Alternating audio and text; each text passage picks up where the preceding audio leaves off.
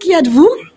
Alors, c'est le Mirande, créateur de jeux de société et plus précisément de la collection Conficulture, qui sont des jeux de cartes sous forme de quiz thématiques sur la culture afro et sur le monde noir en général. Alors, en quoi consiste le Black History Game qui se déroule sur une semaine?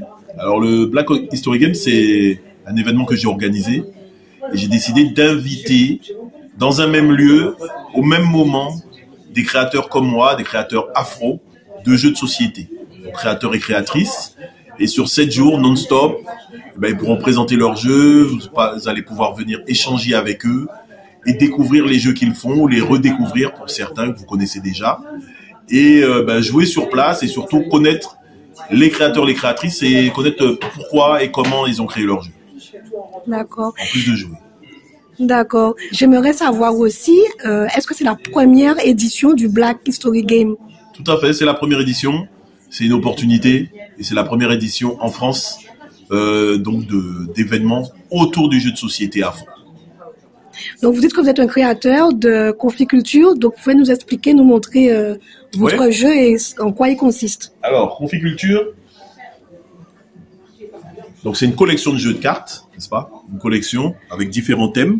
Là, je vous ai pris le thème Mémoire noire, qui est un thème qui regroupe un peu toute l'histoire des Noirs. Aujourd'hui, on est en février, donc c'est le Black History Month aux États-Unis et au Canada, donc le mois de l'histoire des Noirs. Donc ce jeu, par exemple, Mémoire noire, et tous les jeux, c'est le même principe. Sur chaque carte, il y a 3 indices et une réponse à trouver. On vous pose le premier indice. Si vous trouvez au premier indice, vous gagnez 3 cartes du jeu. Si vous avez besoin du deuxième indice, vous ne gagnez que 2 cartes. Et si vous avez besoin du troisième indice, vous ne gagnez qu'une seule carte. Et à la fin d'un paquet, où il y a 32 cartes plus la règle de jeu, à la fin du paquet, le vainqueur, c'est celui qui a le plus de cartes. Et comme disait Mandela, on ne perd jamais. Soit on gagne, soit on apprend. Et depuis quand existe votre jeu? Alors, les premiers, ça a commencé fin 2019. Et au fur et à mesure, chaque année, chaque mois, il y a d'autres thèmes en plus, d'autres pays, d'autres thèmes qui s'ajoutent au fur et à mesure. Donc, vous m'avez dit tout à l'heure que c'est un événement avec d'autres créateurs. Oui. Combien ils seront et qui sont-ils en fait? Alors, au total, il y a 7 créateurs, en plus de moi. Donc, le premier créateur, c'est pas vraiment un créateur de jeu, mais c'est un créateur de contenu culturel. Donc, ça s'appelle Sagesse africaine. Donc, c'est un chevet sous forme de calendrier intemporel. Et à chaque jour, à chaque date, il y a une date. Donc, il y a un proverbe africain ou alors une philosophie africaine qu'on doit retenir et pour bien commencer la journée. Si on veut. Ensuite, il y a le jeu Jami. Alors, je pense que Jami, il est déjà bien connu par la communauté. Donc, c'est un jeu de plateau, un jeu de questions sur différents thèmes. Et il faut arriver le plus vite possible à la maison de Jami en répondant aux différentes questions qui englobent toute l'afroculture. Et là aussi, c'est très bien, c'est très amusant, très dynamique. Et il faut jouer à plusieurs et par équipe. Ensuite, vous avez les collections de jeux Griothèque. Collection de jeux Griothèque, dont le fameux Agnotas. Agnotas, c'est le jeu du loup-garou, mais à l'africaine. Donc, les Agnotas, il faut savoir que c'était des sortes de ninjas à l'époque, donc des hommes léopards du Congo, et qui, la nuit, à l'instar donc des loups-garous, viennent tuer les gens, et de la même façon, il y a des moyens de se sauver, et puis découvrir qui sont les Agnotas. Donc, c'est un jeu de cartes, donc comme le loup-garou, mais à l'africaine. Ils ont aussi un jeu qui s'appelle G4. G4, c'est un jeu de cartes classique, on va dire, sauf que les figures sont des figures de l'afroculture. C'est-à-dire, vous avez par exemple le roi, c'est Thomas Sankara, le valet, ça peut être Patrice Lumumba, l'as, ça va être un roi, je sais pas, Shaka Zulu, des choses comme ça. Et ils ont un nouveau jeu que j'ai pas encore découvert, mais qui s'appelle Kwanz, et qui visiblement est un jeu de quiz. Mais venez le voir et on va le découvrir ensemble parce que ça, j'ai pas encore joué. Ça, c'est pour Griothèque. Ensuite, il y a le fameux jeu de Wari Wari. Alors, Wari Wari, c'est un jeu de plateau aussi. Donc, c'est le jeu de la bonne paye, mais la bonne paye à l'africaine. Donc, ça aussi, c'est un best-seller. Donc il faut vraiment venir jouer. Il y a beaucoup de gens qui le connaissent déjà. Et donc c'est bien que d'autres viennent le découvrir. Vous avez aussi les jeux de Cool Games de Mariam Koulibaly.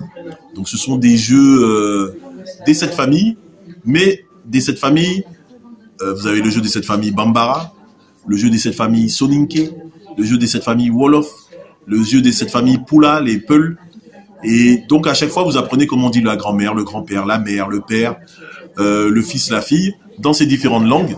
Donc ça permet aussi d'en apprendre un peu sur les langues et de jouer à un jeu des 7 familles, mais 7 familles différentes, avec le nom des principaux, les 7 noms principaux de chaque ethnie. Donc là, je ne sais pas tout à fait le détail, mais par exemple, chez les Bambara, il y a peut-être les familles, je ne sais pas, les familles Traoré, les familles, comme on connaît, les familles maliennes, guinéennes et autres sénégalaises. Ça, c'est pour le jeu Cool Games, les jeux Cool Games. Sinon, il y a le jeu Izika, qui est un tout nouveau venu. Izika, c'est un jeu de plateau qui ressemble un peu au Monopoly. Donc, c'est vraiment un jeu où on gagne des rivages selon les pays, sur différents pays, comme le Cameroun, l'Algérie, le Sénégal, enfin les différents pays d'Afrique. Et on investit, on fait des investissements, on prend des hôtels, des bungalows, etc. Et bien sûr, quand on passe dessus, on doit payer. Donc c'est une sorte de Monopoly, mais en mieux, parce que le Monopoly s'essouffle un peu. Et là, vous avez vraiment Izika, c'est le Monopoly à l'africaine, donc le continent qui monte. Et pour finir, on a donc un distributeur qui va nous proposer des livres pour enfants, des livres sonores comme Vijana, où il y a beaucoup de comptines, des comptines africaines, des musiques africaines. Toute la collection de Jaïssa Sekhmet. Donc, pour qui connaît Jaïssa Sekhmet, ce sont des livres dédiés aux enfants, aux adolescents et même à nous, et qui en apprennent plein sur l'Afrique, sur les Amériques, les Caraïbes, en tout cas tout sur le monde noir, et qui aussi nous rend la fierté au niveau des cheveux. Dernièrement, elle a sorti donc un livre sur le cheveu afro.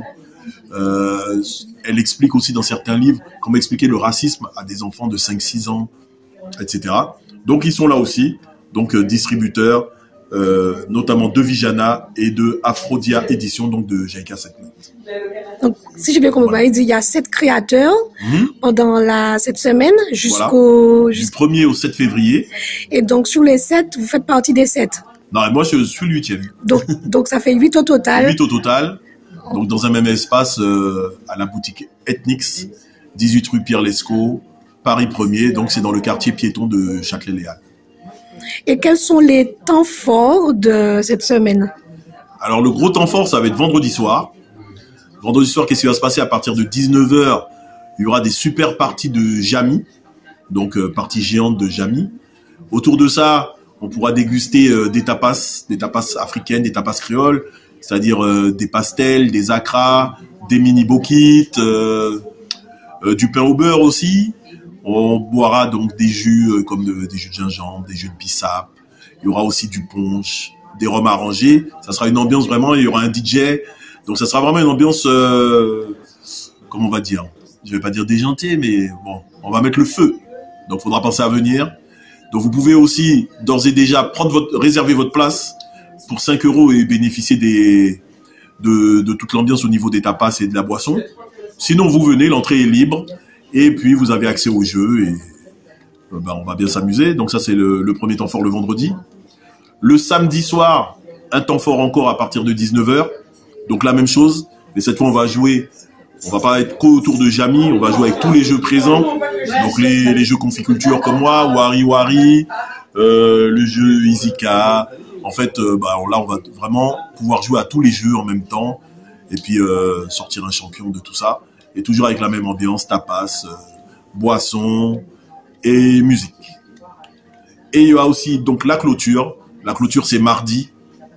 Et là, j'ai invité l'association Karou Créa qui a créé le jeu Gédimo. Alors Gédimo, c'est un jeu de tabou, mais en créole. En créole. Donc il faut trouver les mots créoles, parler rien qu'en créole. Et à ce moment-là, c'est comme un tabou, il y a 3 mots interdits, plus le mot à trouver, l'expression à trouver. c'est Reiki en créole. Et ça, on va donc clôturer ça le mardi avec Gédimo de l'association Karukria. D'accord. Ben, on se donne rendez-vous bientôt. Enfin, voilà. Toute la semaine. Toute la semaine, hein. Les autres jours, même s'il n'y a pas de temps fort, les temps forts, on va les créer. Il suffit de venir sur place et on s'amuse. Vous découvrez les jeux et tout le monde rigole ensemble. Et surtout, ben, venez avec votre carte bleue, venez bien chargé, venez avec votre portefeuille bien plein pour soutenir, aider. Et dès que ça vous plaît, dès qu'un jeu vous plaît, n'hésitez pas à l'acheter. Merci beaucoup. C'est avec plaisir.